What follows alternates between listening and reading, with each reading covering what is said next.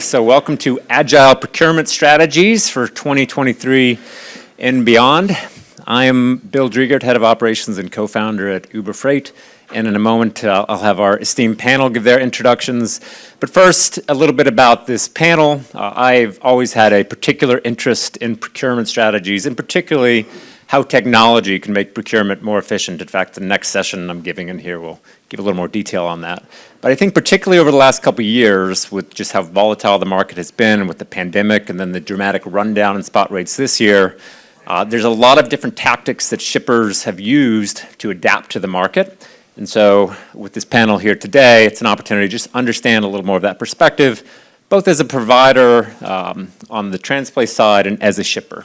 And so with that, I'll have everybody give a quick introduction, and then we'll jump into questions. I'll try to leave, say, 10 minutes at the end for audience questions as well. 45 minutes goes by pretty quickly, particularly with the panel. So get your questions queued up. And with that, Corey, if you want to. Good afternoon, everyone. My name is Corey Purrington, and I have responsibility for the inbound program at Dollar Tree, and that includes both banners, the Dollar Tree and Family Dollar banner. And so it's great to be here. Thank you. Yeah, hey, good afternoon, everybody. Nathan Adams.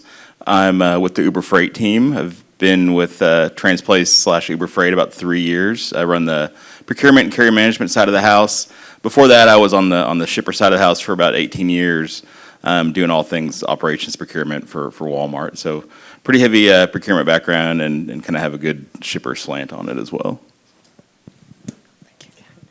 Hi, Eddie Bialostowski. I head up the North America Logistics Procurement team for Reckitt. Thank you, team, for joining today. I also do the supplier diversity, which is a topic that's quite interesting. I know we haven't talked too much about it, but you know, in the carrier shipper shipping space, it's something that we at Reckitt would really like to start pushing a little bit more. Hi, my name is Kate Anderson. I've been with TransPlay Uber Freight for 5 years in our consulting group. I work on multiple different transportation projects and procurement events. Prior to that, I was with WestRock, managing their truckload and intermodal procurement, and prior to that, I was with Knight Transportation for a couple years. Hi everyone, I'm Renee Michelli. I'm currently the head of logistics procurement for Henkel North America. So I am responsible for all of our transportation and our warehousing procurement, as well as international express and parcel freight. So I've been with the team for about a year now, and prior to that I spent about 11 plus years at Kellogg. So very familiar with all of our challenges these days. So with that, actually, Renee, why don't we kick it off? So maybe you could just give us some perspective on the challenges that you're facing right now. So how are you currently managing procurement, and then what are the general challenges, and then maybe some just details and just levers you're using right now. Sure. So, I mean, one of the things that I found when I got to Henkel, right, and I think this is kind of an experience that all of us here as procurement leaders have gone through, is really the last 12 to 18 months, if not longer, we've been in such a tactical procurement space. You know, we're just trying to fill holes. We're just trying to get stuff out the door. We're not really thinking about the strategic part of it. So really over the last 6 to 8 months, we've been trying to move towards procuring for resiliency more than anything, and trying to set up the network of the future for when things get back to whatever the new normal will look like. You know, it's definitely been challenging. Some of the power dynamic has definitely been challenging over the last year or so between the carrier and the shipper, right? And even within the organization a little bit. But as you see kind of some of the softening market conditions a little bit, it's allowing us a little more time to be creative and kind of get back to our procurement roots. On the carrier dynamic shifting, I'm curious on how that translates into carrier selection, or just how that changes your thoughts about going to market with carriers. Mm-hmm. So how, you know, especially the last year has really been trying to get a lay of the land more than anything, right? The carrier base is similar yet different from what I'm used to in the relationships I'd built at Kellogg. And so now there's been a little bit of a challenge trying to get them to come to the table and really believe in the partnership message we've been trying to build. That's been a struggle on and off, I think, for a little while. But now we're starting to get that balance of power back. We're being a lot more transparent about what our challenges are and what's kind of on the roadmap. And in turn, it's really driving a lot more engagement and a lot more of the carriers bringing solutions to our table rather than just rate increases. Yeah, because for 2 years, carriers were steering the ship. Exactly, right, and I think, I think it's a fair assessment. No one in this room is really gonna argue with me, really. For the last 2 years, I mean, our answer to everything was throw money at it. And then it got to a point to where money was no longer an option, right? So we had to kind of sit back and take a really hard look and go, what do we need to do differently? So Eduardo or Corey, anything to add to that in terms of just what you're seeing in the market or additional tactics that you're taking right now? So when I came into Reckitt, I saw the amount of carriers and brokers that we were working with. I said we need to consolidate, but it was still kind of they had the upper hand, and so it's funny because after the RP, we actually went the other way rather than the consolidation route, and I realized just that we have to be agile, right? We can come into a category, to a new role with the idea in mind of how we want to manage it. But I think we have to adapt to the times that we're in. And so that's what I would say. The name's appropriate because we do have to be agile.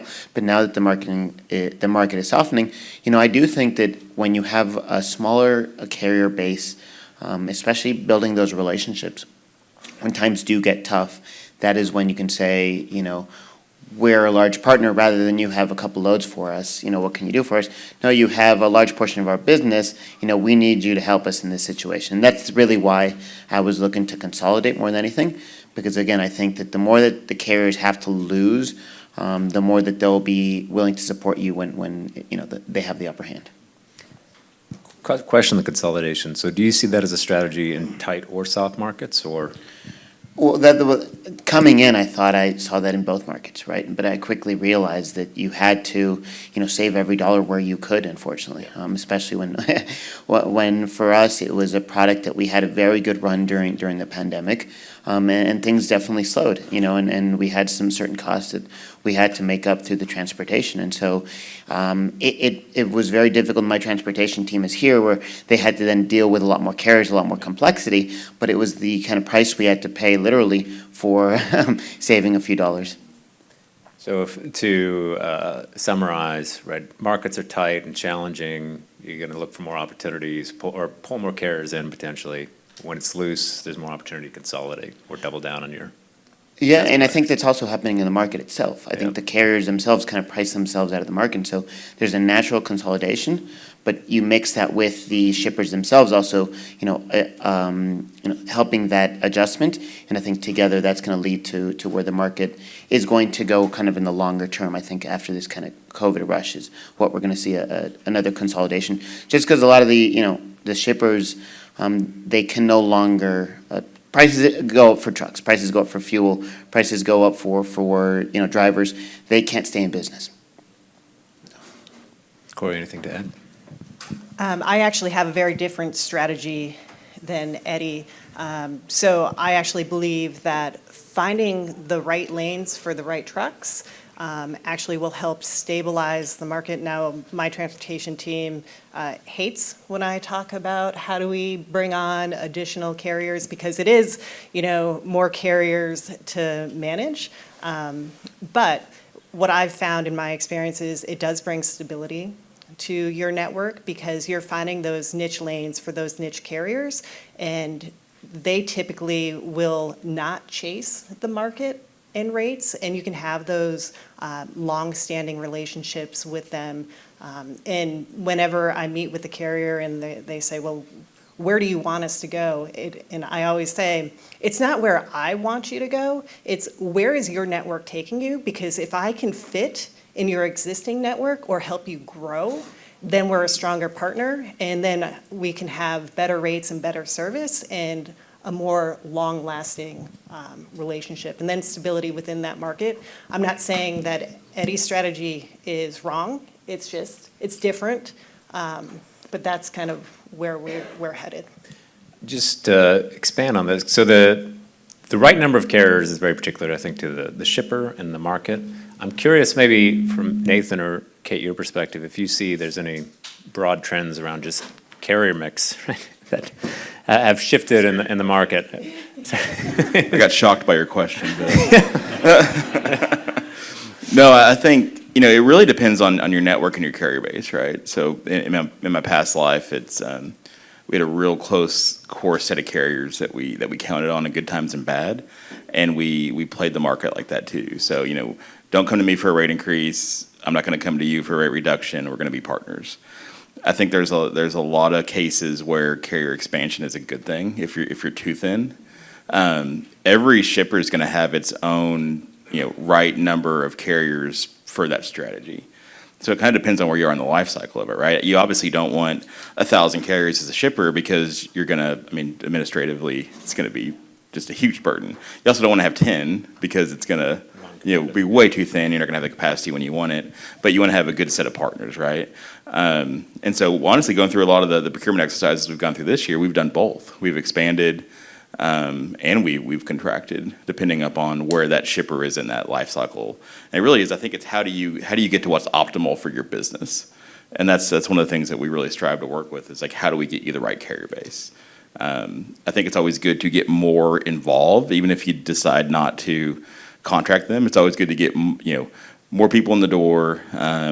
Not to say have 1,000 people bid on your freight, but get some new people in and get pricing and have them discussions, and then that can help with the decision whether it's a expansion or contraction. Yeah, I've always thought ideally you have some minimum competitiveness on any bid, any spot bid or RFP bid. You don't need 1,000 carriers, but you want more than 2, right? Yeah. So, anything to add?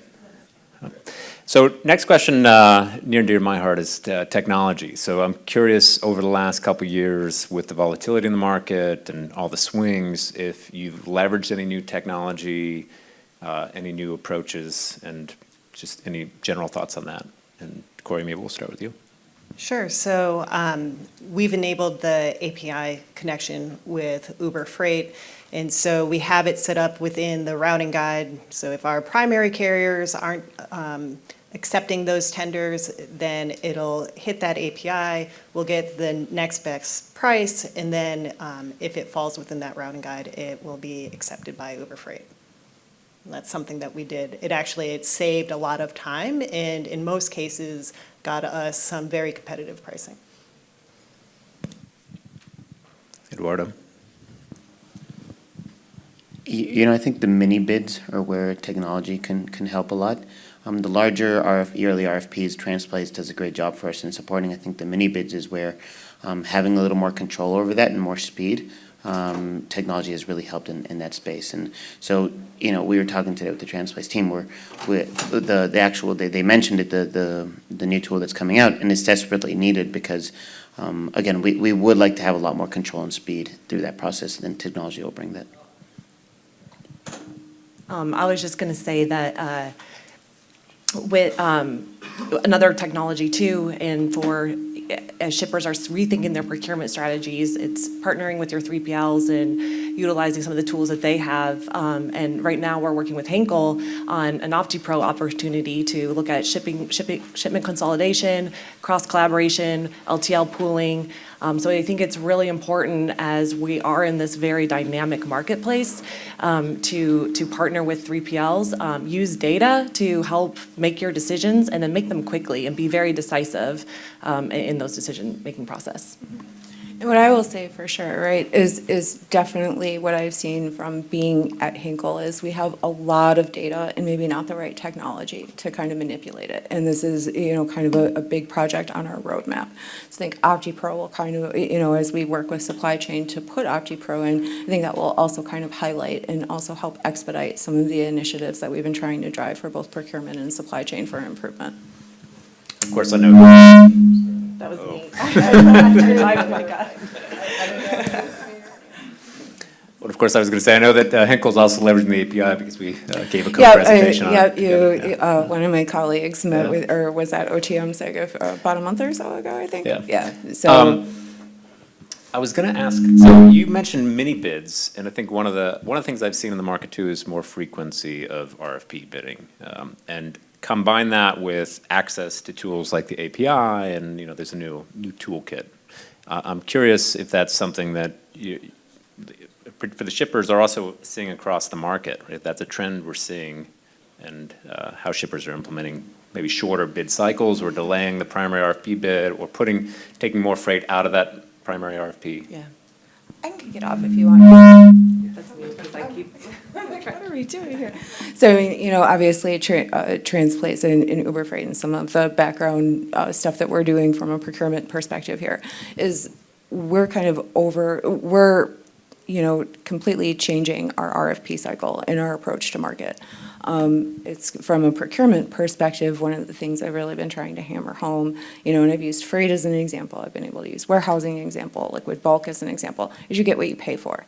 So low cost is kind of not the solution anymore. There's definitely opportunities to do that, but if you're trying to procure for resiliency, you're gonna have to spend a little bit. You're gonna have to invest a little bit too.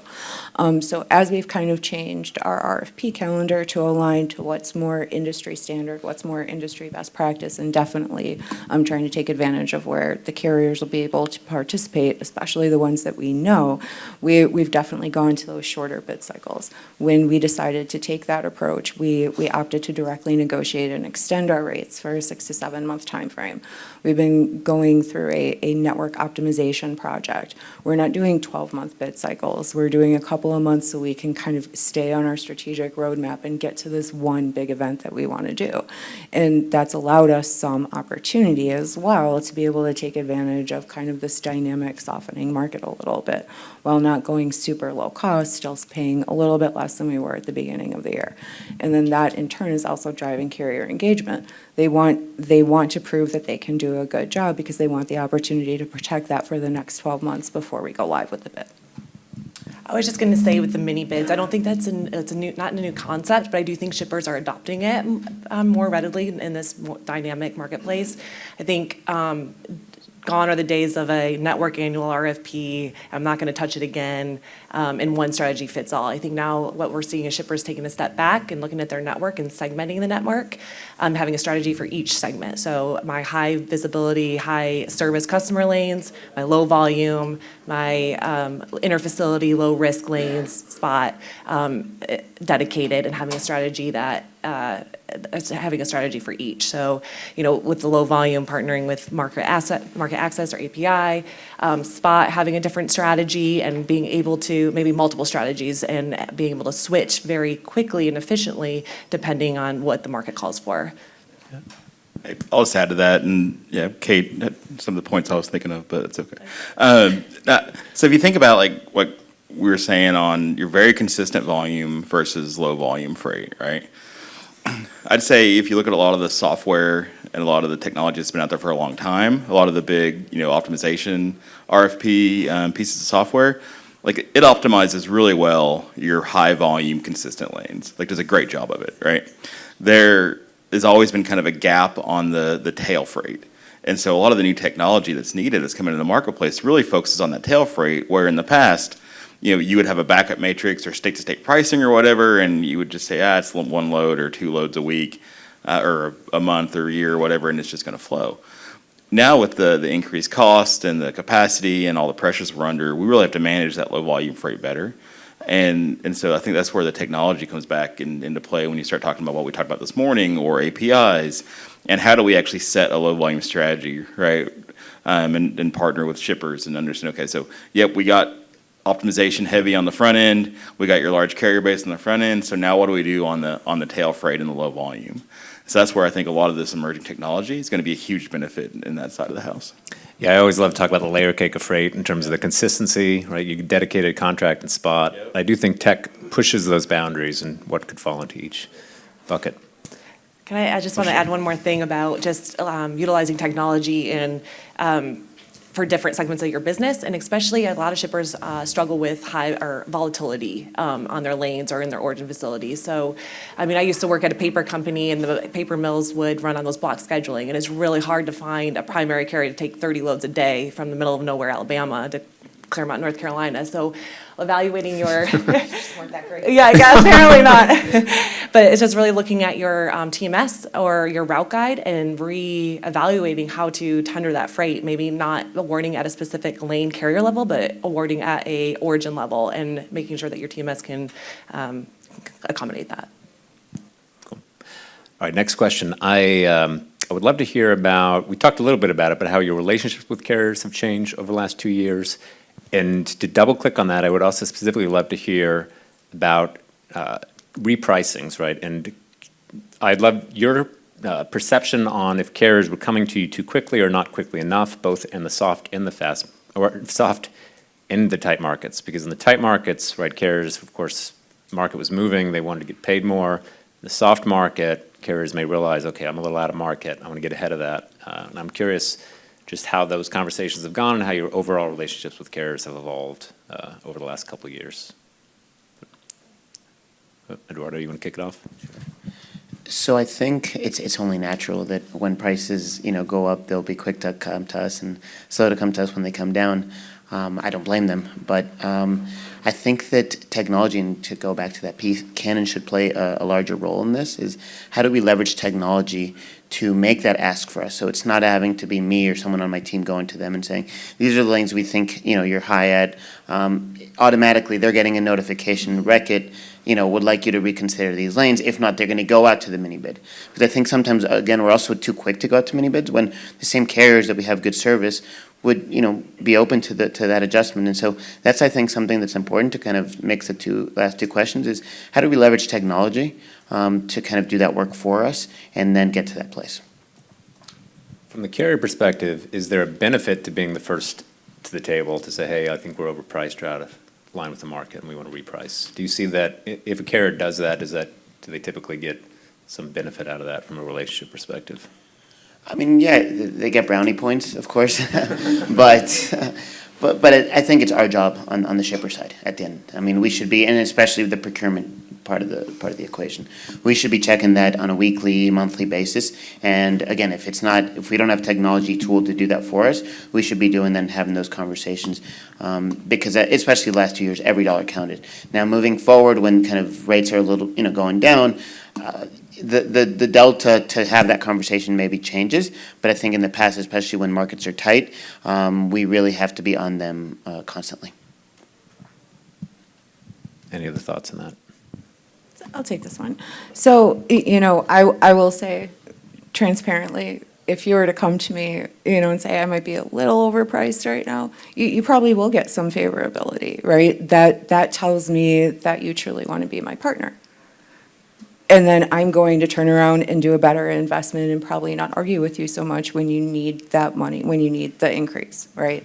So partly asking on my behalf, but it's for the benefit of the. Exactly, right. So, I do believe it's procurement's job to definitely keep an eye on the market, and technology and instituting benchmarking definitely helps, right? But it's also trying to take a step back and realize that when carriers are coming to us, and you called it out, the cost to serve has risen exponentially. This is not personal, right? We don't get your wipes. I don't get my laundry detergent if they can't afford to put the gas in their truck, right? It's about finding that balance. So that I will say, as we worked through our network extensions, right? We definitely this year had a lot of unprompted rate increases. We definitely had some challenges with some carriers that when we launched this project didn't want to have the conversation with us at first. The markets were too tight, it was too volatile, they wanted to wait till we got closer to the expiration date. Then we had carriers, suddenly the market started to soften, everyone started to change their tune, yeah, we'll hold, and now, we're starting to get to the point to where we were able to lock up some extensions and renewals already for 23, because we've instituted a few kind of resiliency measures as well alongside pricing, to where we feel comfortable, to where both sides are going to be protected for the next 12 to 15 months. Yeah, I go back to the carrier side, right? So if they're coming to give rate reductions in a soft market, which is great, I think it's up to the shipper to okay, so what's the benefit of that, right? I think a longer extension on the freight, maybe into the next bid term, right? If you're able to pre-negotiate into the next bid term, get a rate reduction that you feel is market relevant, and lock that up. That's just some freight you don't have to worry about. It's a benefit to the carrier. It's a benefit to the shipper. Get the rate reduction early. So it all goes back to the shipper strategy.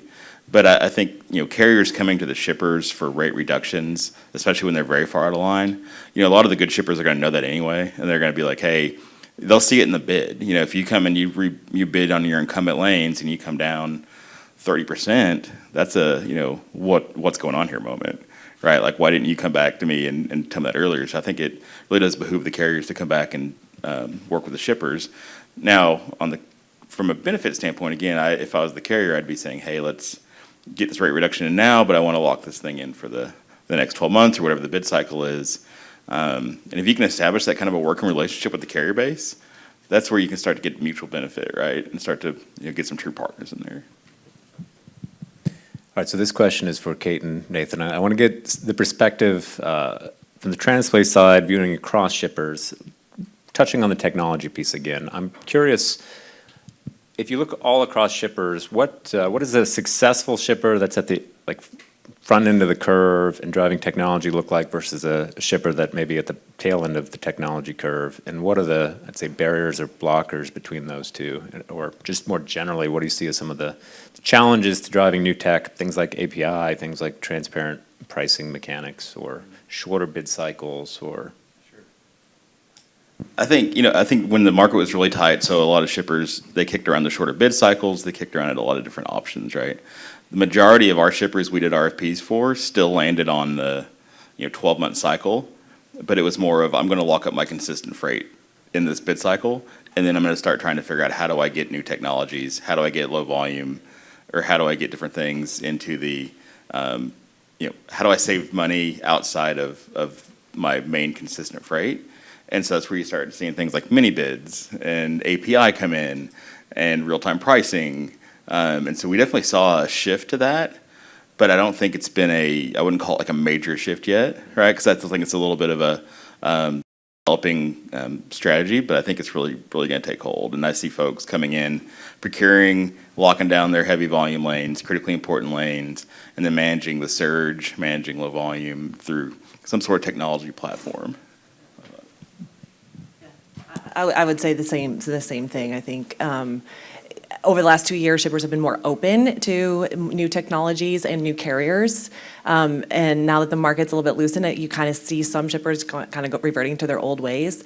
But what I see, I guess, a cutting edge shipper is, doing a network RFP, but I go back to that, going in with a strategy for each segment of the business and a carrier strategy, and then also constantly managing your network, using the data, the KPIs, leveraging the TMS data, the technology to identify those gaps in your network, those poor performing lanes, and utilizing the mini bid process through technology as well, and making fast decisions using an optimizer, and then also partnering with the low volume and the surge freight and the spot, using different technologies there too. Great. I'm going to ask one more question, then I'll open up to the audience, and we should have about 15 minutes for audience Q&A. So are there over the last couple of years, are there any nuggets of wisdom you would share with other shippers or particular learnings that you had, and open up to anybody?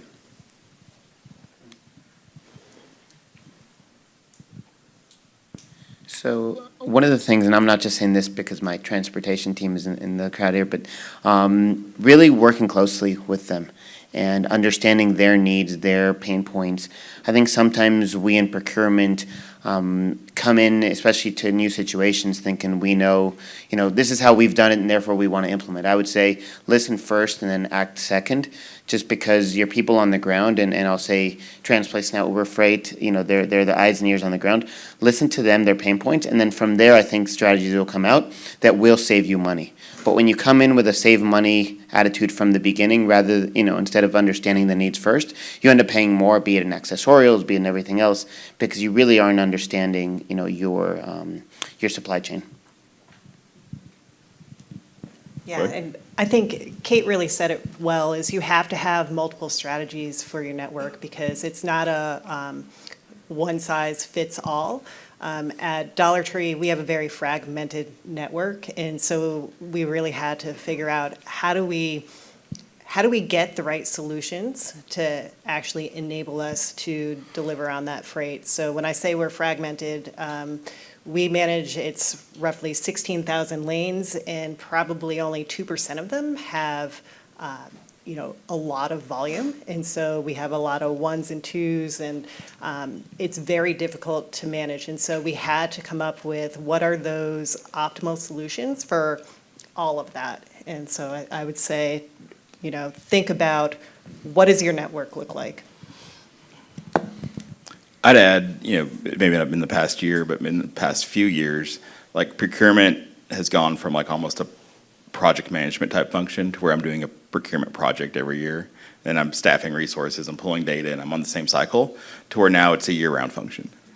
And like we have to think like that from a shipper standpoint is it's a year-round function for procurement. It's not just a single bid, right? Things have changed and things go quick, and we got to be on top of the networks, right? So that would be the biggest thing I would communicate is it's not a set it and forget it. It's a year-round.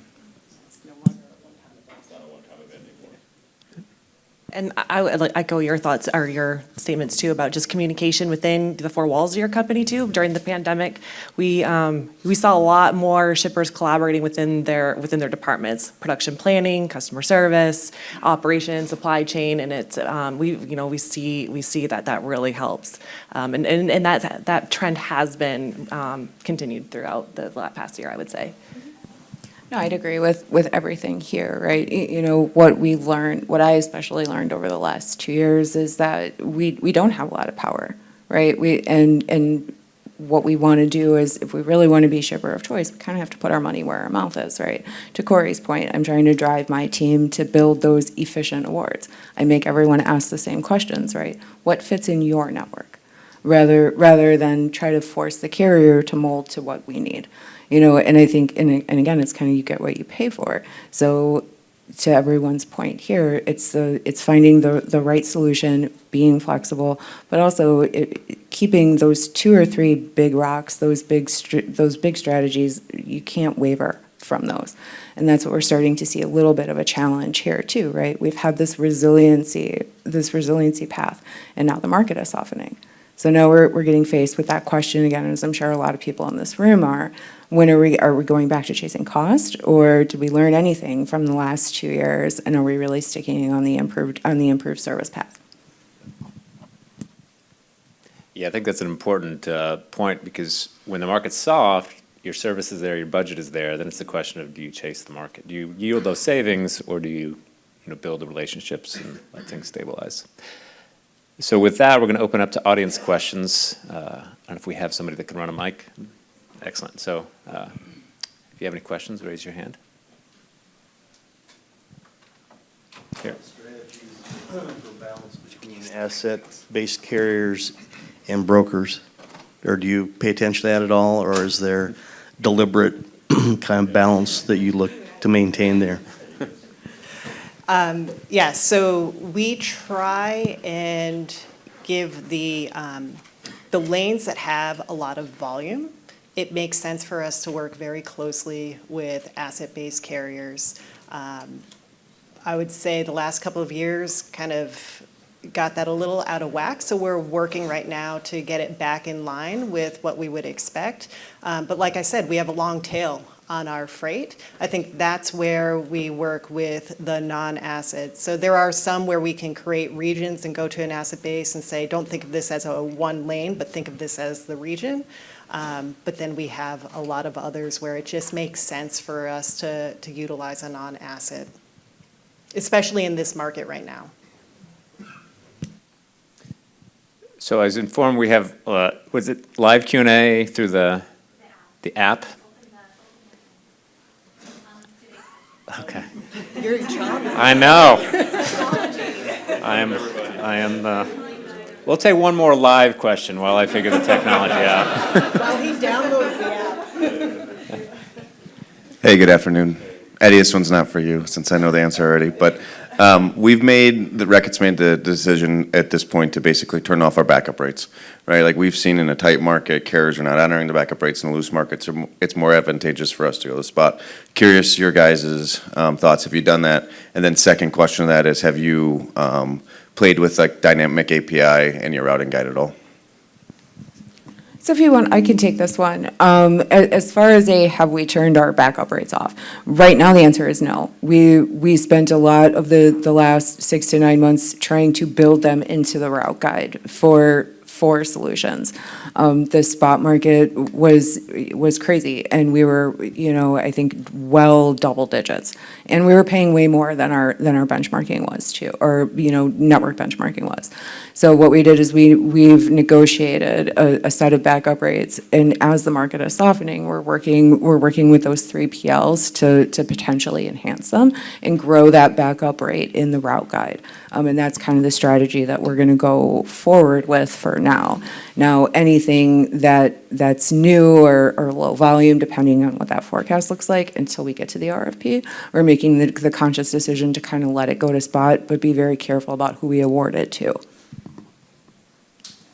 We also have backup rates in place, but we completed a backup rate RFP after we put in our RFP rates. So they're a little bit more fresh. But then we also have we use the API connection heavily over the last couple of years, haven't recently been using it, but we're now implementing that so that it's part of our routing guide. So yes and yes to both of your questions. So I discovered the magic of technology, and we have 10 questions queued up.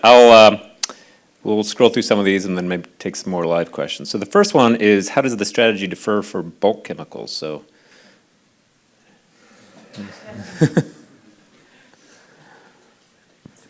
Who wants to take that? Anyone? Oh, man. So I was hoping to not have to talk about liquid bulk because on day 9 at Hinkle, I got tagged with trying to do an inbound logistics strategic overhaul specific for liquid bulk. And definitely the last year has made me cry more often than not. So what we're doing is we kind of right now, for the last several years, we've worked with one major broker, and we've kind of realized it's time to change that approach. I've also spent a lot of time recommending to the organization that inbound logistics is rather important, especially for a company like us that relies so heavily on the liquid bulk market. So we're looking at a strategy where we put some teeth around how we operationally manage it, potentially diversifying our carrier base, or potentially outsourcing it for a managed transportation solution altogether. It's different for the 3 different business units and the 3 different supply chains that I work with. At least we've all come to the realization that we have to do something. So, on our side, I think liquid bulk is the epitome of beggars can't be choosers right now. And I say that because, for example, we struggled to get a bulk load. Finally got one for Saturday. Plant said, no, we don't receive on Saturday. And after, and I think that's procurement is, at least I have, turned into a coordinator of deliveries, with the plant, something that I never thought I'd be doing. And I think that's really it to that point. It's you really have to speak to your leadership and say, we're going to have to adapt our own operations to adapt to the market, not the other way around, especially in this market. Great. So the next question, we touched on this a little bit, but the question is, does your strategy for bid frequency change based on market conditions? If yes, how so? So we talked about that we're getting into higher frequency bidding, but then I think the follow-up question would be, is that going to change as the markets move, or is that going to be consistent? My personal opinion is that you're always going to have to do a network RFP because your network is constantly changing. The carriers' networks are always changing. And so maybe you don't take all the bids or all the lanes out to bid, but I think you do have to take a majority out. And I haven't really seen too much of shippers changing from that 12-month rate. There's a lot of talk about it, using 6-month rate contracts versus 12, but I think it will, I see it staying with the 12-month. Yeah, I agree. I think it's going to stick, but throughout the year, there's a lot of things that are changing out there, right?